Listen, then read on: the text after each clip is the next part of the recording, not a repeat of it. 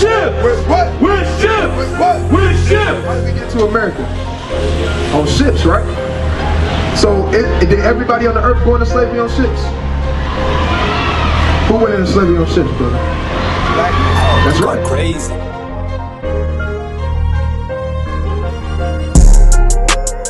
Right, read for yourself know perfectly that the day of the Lord is coming as a thief in the night. What? As a thief in the night. Thief in the night. Right. The Lord is gonna come as a thief in the night, man. Nobody knows when the Lord is gonna come back. Right. Nobody knows. This the book of wisdom of Solomon, chapter 7 and verse 24. For wisdom is more moving than any motion. What?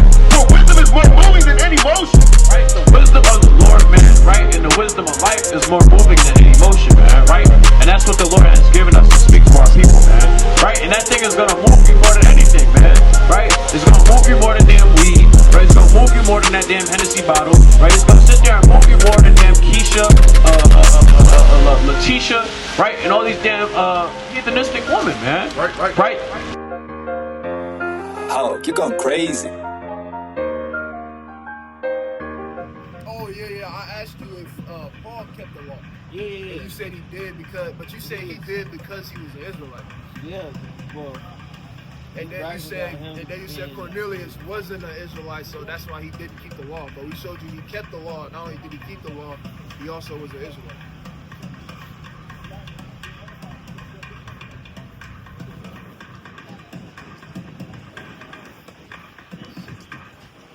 He also went to the hill talking to.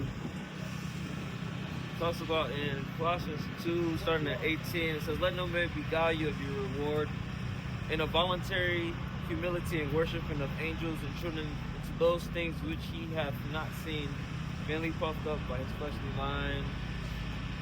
I don't think that's what you want for. No, it's that. As to why your position is we don't have to keep the law. That's the end of it. That's what I was saying. I think you really go up towards the beginning of the chapter. Yes. Blotting out the handwriting of ordinances that was against us, which was contrary to us, and took it out of the way, nailing it to his cross. Right. And having spoiled principalities and powers, he made a shoe of them openly, triumphant over them in it. Let no man therefore judge you in meats. That's 16. Colossians 2:16. Let no man therefore judge you in meats or in drink or in respect of an holy day, or the new moon or the Sabbath days, which are a shadow of things to come, but the body is of Christ. Right. So where the church in Colossians, first of all, go to that in Colossians 2. I want you to start at verse 15. Right, because you read it fast, which I know it's cold and stuff like that. We're just gonna go through it. And having spoiled principalities and powers, he made a shoe of them openly, triumphant over them in it. Let no man therefore judge you in meats or in drink or in respect of an holy day, or of the new moon or of the Sabbath days, which are a shadow of things to come, but the body is of Christ. Right. Most definitely. So that being said, right, bring this up. Colossians 2. Yep. 2 and 5. 15. Bring it out. Colossians, the second chapter. And it reads, "And having spoiled principalities and powers, he made a shoe of them openly, triumphing over them in it. Let no man therefore judge you in meat." Start at 14. Verse 14. Blotting out the handwriting of ordinance that was against us. What was that handwriting or ordinance that was against us? Was it the law as a whole? Because remember, Paul, this is the same Paul that said the law is perfect, just and good. So what was that handwriting or ordinances that was against us as a people? It's my understanding it's the law. But hold on, Paul in the book of Romans said the law is just and good. Yeah, So it can't be the law. absolutely. Not only that, Christ himself out his own mouth told the people to keep the law. Yeah. So it can't be the law itself. It gotta be something specific in the law that was against us as a people. Right? That specific thing is talking about death. Right. You understand? Because guess what? If you broke the Sabbath day, what would happen? You would get put to death. if you committed adultery and you got caught in the act, what would happen? You would get put to death. Then every law, was it worthy of death? No. Every law wasn't worthy of death, but you had things that were worthy of death, and mercy and grace wasn't able to abound during that. The dietary laws, what were the consequences of not keeping those? You would be unclean, according to the law, right? You would be unclean until you shower and then the sun goes through, right? That's Leviticus chapter 11, right? The point is, right, that was the handwriting that was against us. Go to Deuteronomy chapter 21 and 22. Just to show that real quick. Because saying the law is against us as a whole is like saying that me having sex with an animal is okay. But in the law, obviously it tells you you can't do that, right? Right, so is that against me? Now, the consequence of doing that, yeah, you gotta kill the animal and the person. But the point is, we need the law. You understand? Like, you gotta have things in place. If not, you do whatever you want. That's technically. All right. Right? So there has to be some type of law or order to be established, and that's what our commandments are for us as a people. So bring us up. Deuteronomy 21 and verse 22. No. And if a man have committed a sin worthy of death, Worthy of what? worthy of death, It said if a man commit a sin worthy of death, man. and he be selected, and he be to be put to death, and thou hang him on a tree. His body shall not remain all night upon the tree, but thou shalt any wise bury him that day.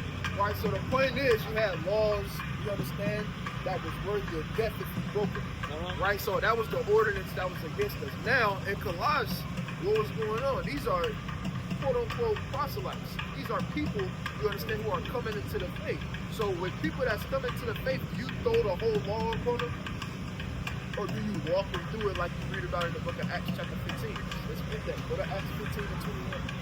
Bring it on, bring it on. This is why Paul is telling them, look, don't let nobody judge you in eater and drink or respect of a holy day. You just found out you was a what today? According to you, a Hebrew Israelite. Hey. According to what the Lord said, right? But, right, you guys chosen people, right? Let's say, for example, we told you that, and then we start telling you all 613 commandments. All right. And then say, hey, brother, if you don't keep all 613, the Lord will kill you. Is that right? No, that's not right. Why would we lay a burden upon you like that? We would never do something like that, right? And the disciples wasn't doing stuff like that either, right? We can show that. Right, bring this up. It's the book of Acts, chapter 15, In verse 21. in verse 21, and it reads thus: Bring it on. For Moses of old time, having every city, Start at 18. verse 18, known unto God all his works from the beginning of the world. Wherefore my sentence is that we are troubled, not them, which from the beginning. Hold on, read that again. Wherefore my sentence is that we trouble not them. Right, he said, wherefore my sentence is that we trouble not them. Because this is a council going on with Paul, Barnabas, James, and Peter. They're having a council because they got word that that people were saying Paul was teaching people to not keep the law, which that's not necessarily the case. And instead, he was giving them, I know you know what a starter pack is. You know what a starter pack is? I know you heard that term before, like a starter kit, starter pack, right? That's what he was giving them, right? But this is what the conclusion of the matter is in this particular council, right? Go ahead. Which from among the Gentiles are turned to God. But that we write unto them. Right, he said, but that instead we write unto them, what should they write unto them? That they abstain from pollution. Right, that they abstain from pollutions. Of idols. Of idols, meaning stay away from idolatry. Go ahead. And from fornication. And from fornication. Don't be around here laying with anything you see. Read. And from things strangled. And from things strangled. And from blood. And from blood. Right? Talking about roadkill or eating meat that has blood in it. You understand? So this was the right. Hold on. Let's keep reading. Keep reading. From Moses of old time. Because it said of Moses of old time because what? Moses of old time because what? He just told them what to teach the people when they first come in, right? Now he's telling them for Moses of old time, pay attention to this closely. Read. Having every city, Them that preach him, what is preaching Moses? What does that mean? Like preaching the word about Moses, telling them who Moses is, what he did. Not necessarily, right? If you preaching Moses, preaching the law. Right. Right? So that's why he said for in every city and have those that preach them or preach Moses. Right? Read. being read in the synagogues. Being what? Being read in the synagogues. Being read in the synagogues, read on. Every Sabbath day. Every when? Every Sabbath day. Every Sabbath day, meaning what? Look, we're going to tell them these things. We're going to tell them, hey, look, stay away from fornication, stay away from idolatry, stay away from things strangled, stay away from things in the blood. Everything else, they can learn when they go to the synagogues every Sabbath day where they're teaching the law. Right? So it's giving them what? Something to build off of, a foundation. You understand? Stuff to be able to start keeping, and then as they grow in the spirit, continue to get better and better at, right? And then add other things into it. Right? That's all it's saying. So when we go back to that in Colossians, what is it? Colossians 4 and verse 15. Bring it on. And have it's like in verse 14. Chapter 4. Colossians 2 and verse 14. No. Blotting out the handwriting of ordinance that was against us. Right, we already explained that, right? Talking about what? That sentence of death that was against us. We read about the same thing in Galatians chapter 3, where Paul spoke about the same exact thing.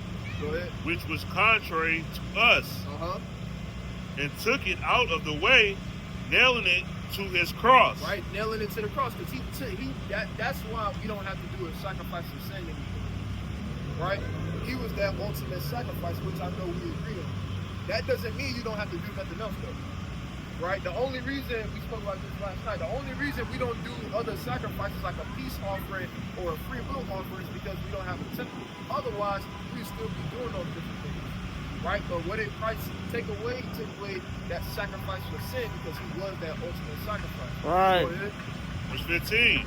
And having spoiled principalities and powers, he made a shoe of them openly. Right, read up just a little bit. Now we get to your point.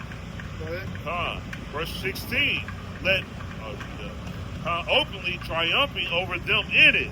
Let no man therefore judge you in meat, right, or in drink, right, or in respect of an holy day. Right, meaning what? Because these people they just learning these different things. Right? That's like me telling you, hey, the new moon is coming up in 3 weeks. Right? You don't even know what the new moon is. All I'm here to tell you, hey, the new moon in 3 weeks, make sure you keep it.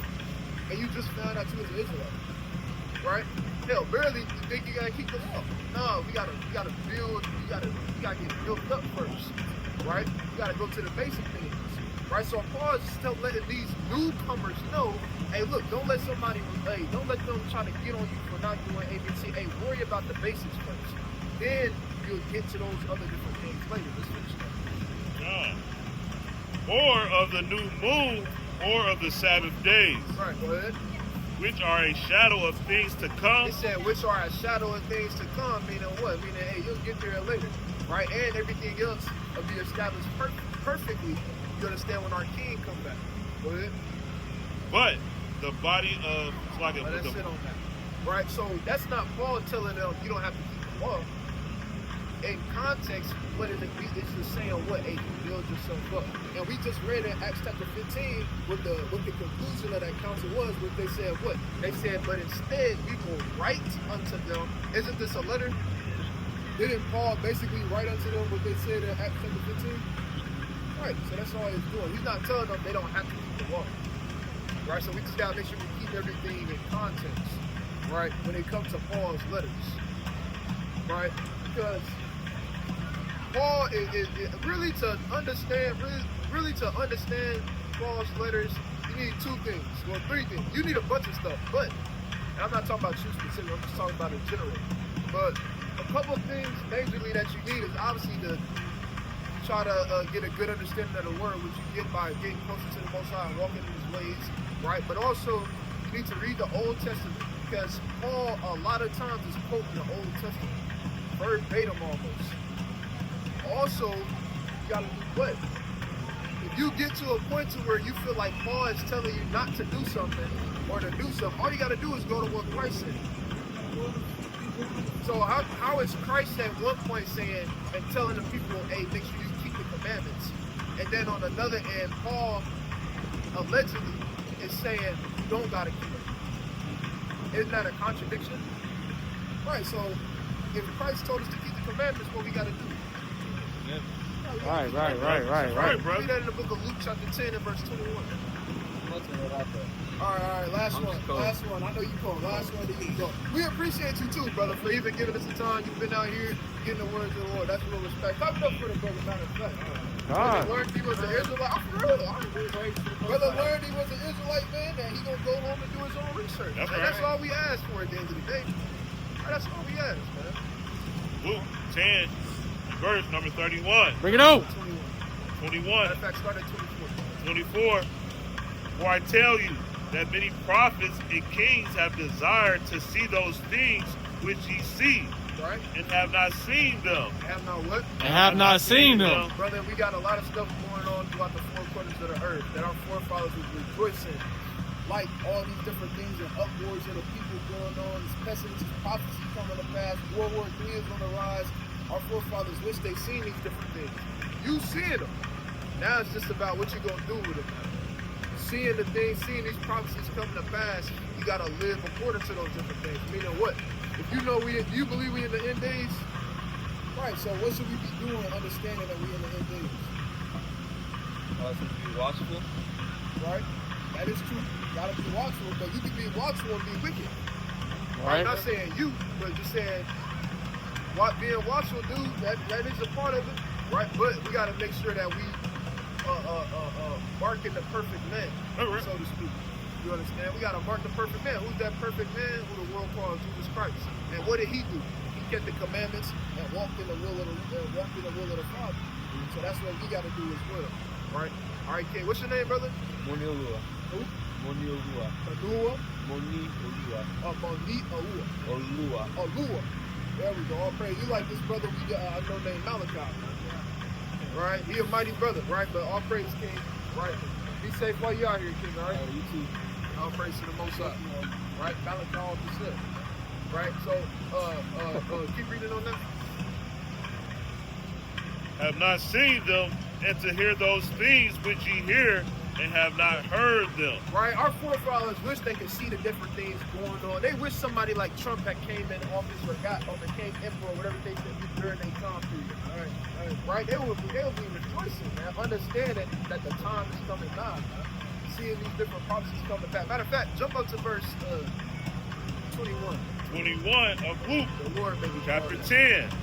10. In that hour Yahushua rejoiced in spirit, and said, I thank thee, O Father, Lord of heaven and earth, that thou hast hid these things from the wise and prudent. Hold on, let me see that. I'm tripping.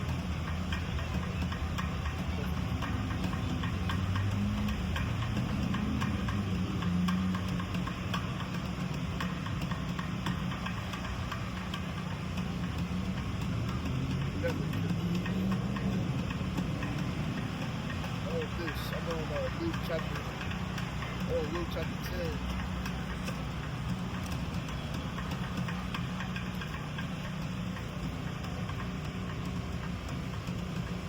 I'm on 10 to 25. Luke 10 and verse 25. Bring it on. And it reads thus, and behold, a certain lawyer stood up and tempted him, saying, Master, what shall I do to inherit eternal life?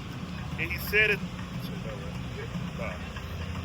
to him, what is written in the law? He said, what? What is written in the law? So you had a lawyer, man, trying to tempt you. I said, how do you receive eternal life? He said, what's written in the law?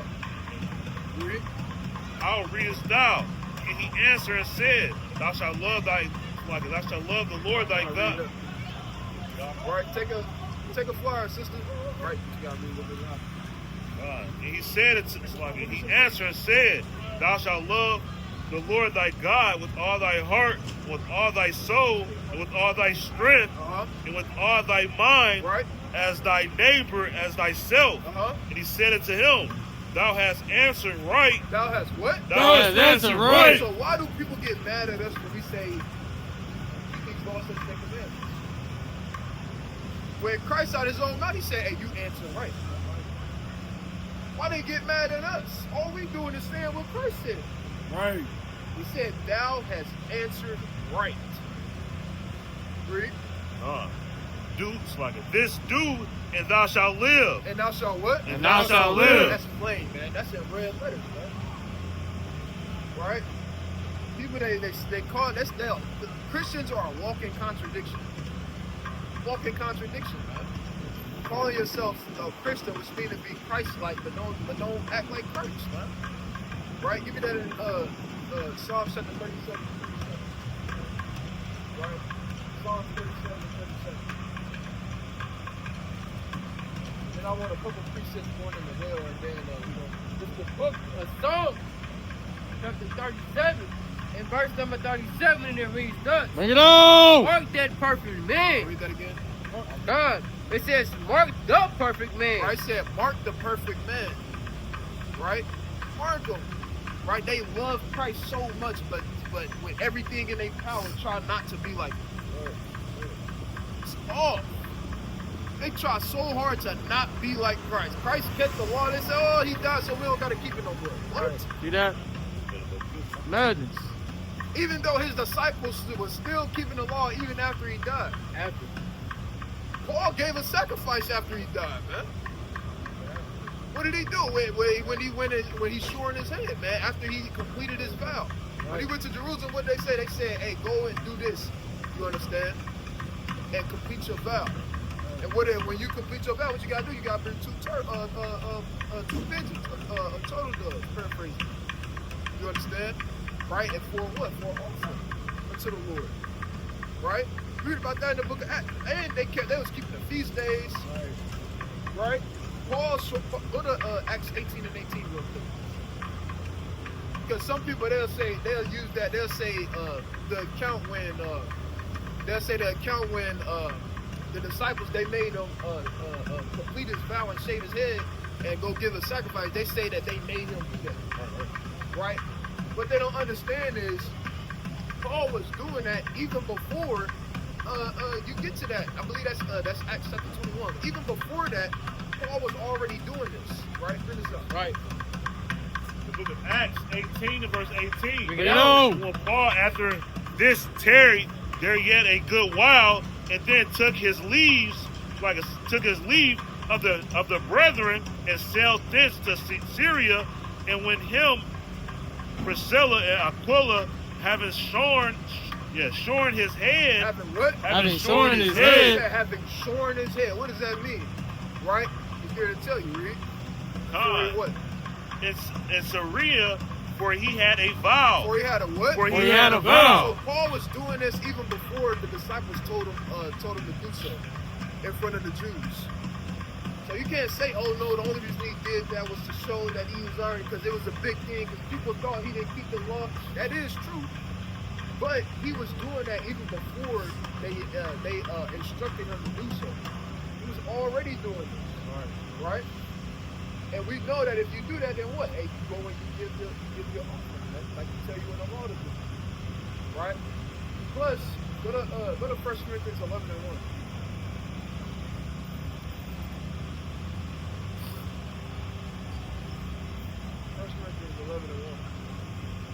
It's like people forget the basic stuff.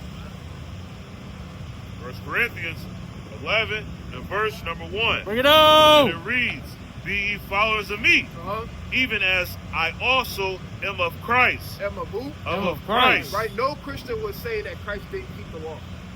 So if Paul is following Christ, what did Paul do?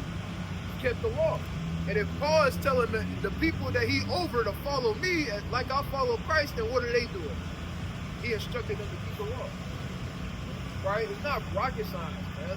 They gotta stop making take a flyer, kid. They gotta stop making this stuff Right behind you. Flyer. They gotta stop making this stuff 2 + 2 = 6, man. Right? That's not the case, man. Right? So go to the what I have you over? What I have you over? Yeah, he was at red Acts 18 and 18. I had something for you.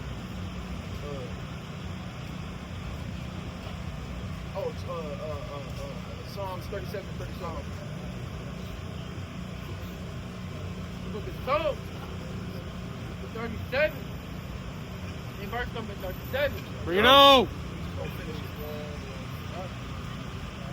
The book of Psalms, chapter 37, in verse number 37. Bring it on. It reads thus. And it reads thus.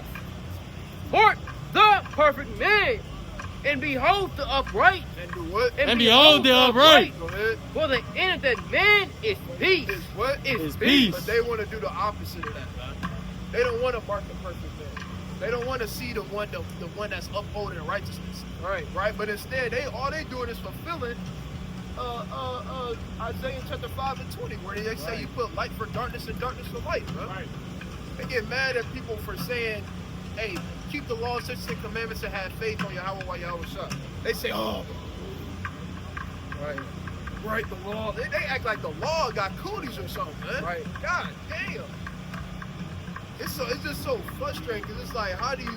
I mean, I can understand how people get that and they get twisted up and wrong, but what did Christ say out of his own mouth multiple times? Right? What did he tell the man that was sick, man? After he healed him, he said, go and do what? Show yourself to the priest. Right. While Christ is on the earth, he still was instructing the people to do what? Keep the law, man. While he himself was keeping the law. Right. So there's no, and then after that, like we always say, they were still keeping the law. His disciples were. So this notion that is this and that and so on and so forth, man, that's heresy, man. Right. That's heresy, right? But go to Acts chapter. Not Acts. Go to Psalms chapter 18 and verse 3. The book of Psalms, chapter 18, and verse number 3. And it reads thus.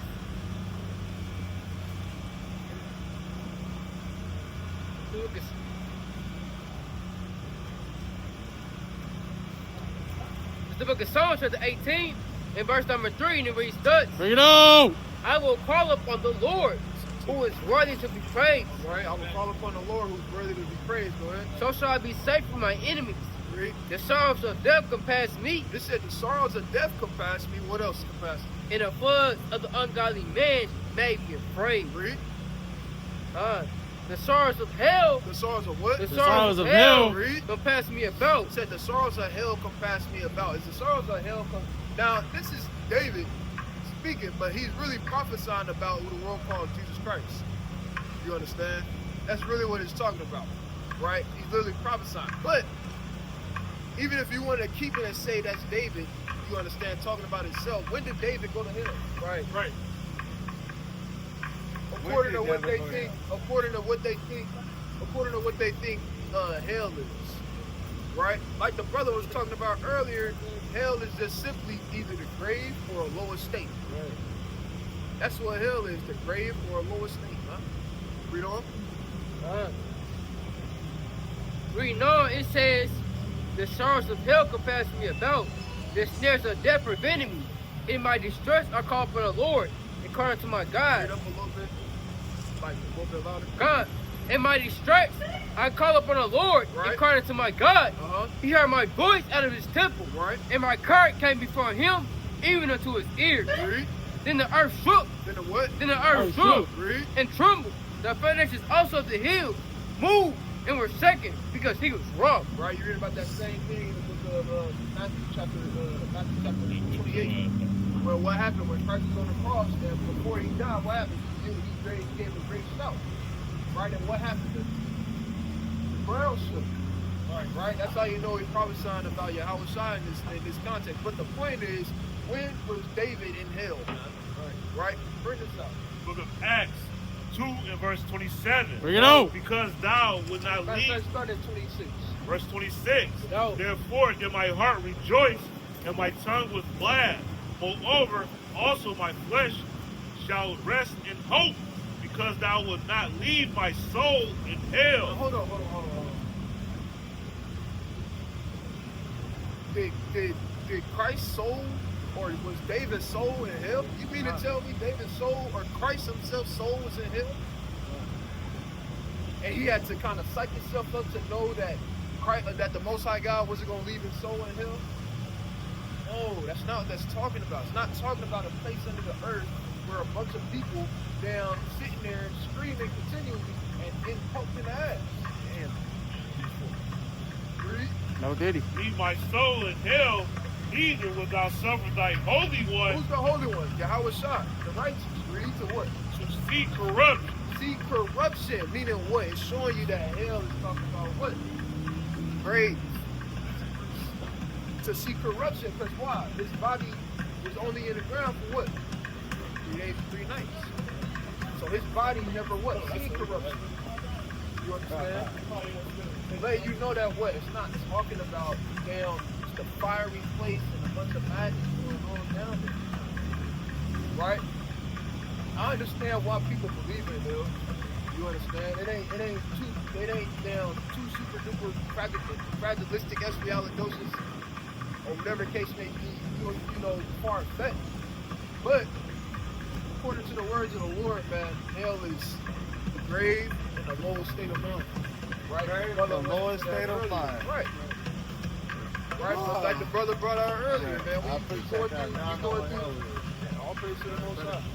Right? Our people say we going through hell all the time, man. Right?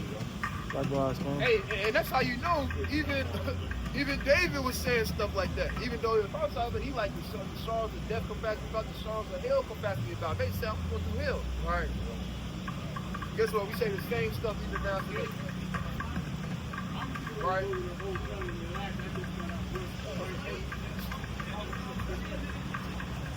Right, so all praise to the Most High, right? Read the book of, hey, what's your nationality? Take a flight. So what? What's your nationality? If you don't mind me asking. You said, huh? Egyptian. Egyptian? Where you from? I'm from Egypt. I'm from Johnstown. Tunis. Where you from? Tunisia. Tunisia, where's that at? North Africa. North Africa? Alright, Where y'all? Y'all take it easy, alright? Right? Y'all guys, sons and people, sisters, alright? Y'all be safe while y'all down here. Right? Go to the book of Acts chapter 13, verse 23. Or actually, no. We read close. Go to the book of Isaiah chapter 35, verse 4. Bring it out. Bring it out.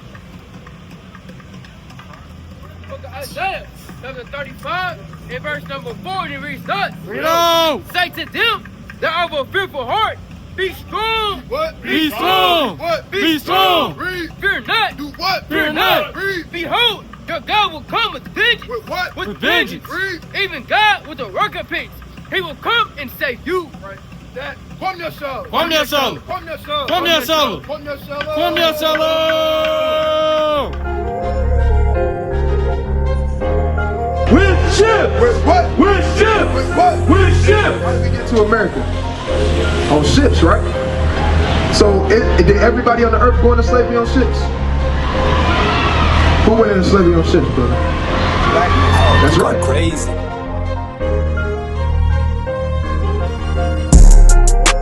You for yourself know perfectly that the day of the Lord shall coming as a thief in the night. What? As a thief in the night. Thief in the night. Right. The Lord is gonna come as a thief in the night, man. Nobody knows when the Lord is gonna come back, man. Right. Nobody knows, man. This the book of wisdom of Solomon, chapter 7 and verse 24. For wisdom is more moving than any motion. For wisdom is more moving than any motion. Right? The wisdom of the Lord, man, right? And the wisdom of life is more moving than any emotion, man, right? And that's what the Lord has given us to speak for our people, man, right? And that thing is gonna move you more than anything, man, right? It's gonna move you more than damn weed, right? It's gonna move you more than that damn Hennessy bottle, right? It's gonna sit there and move you more than damn Keisha, Letitia, right? And all these damn heathenistic women, man. Right. Oh, you're going crazy.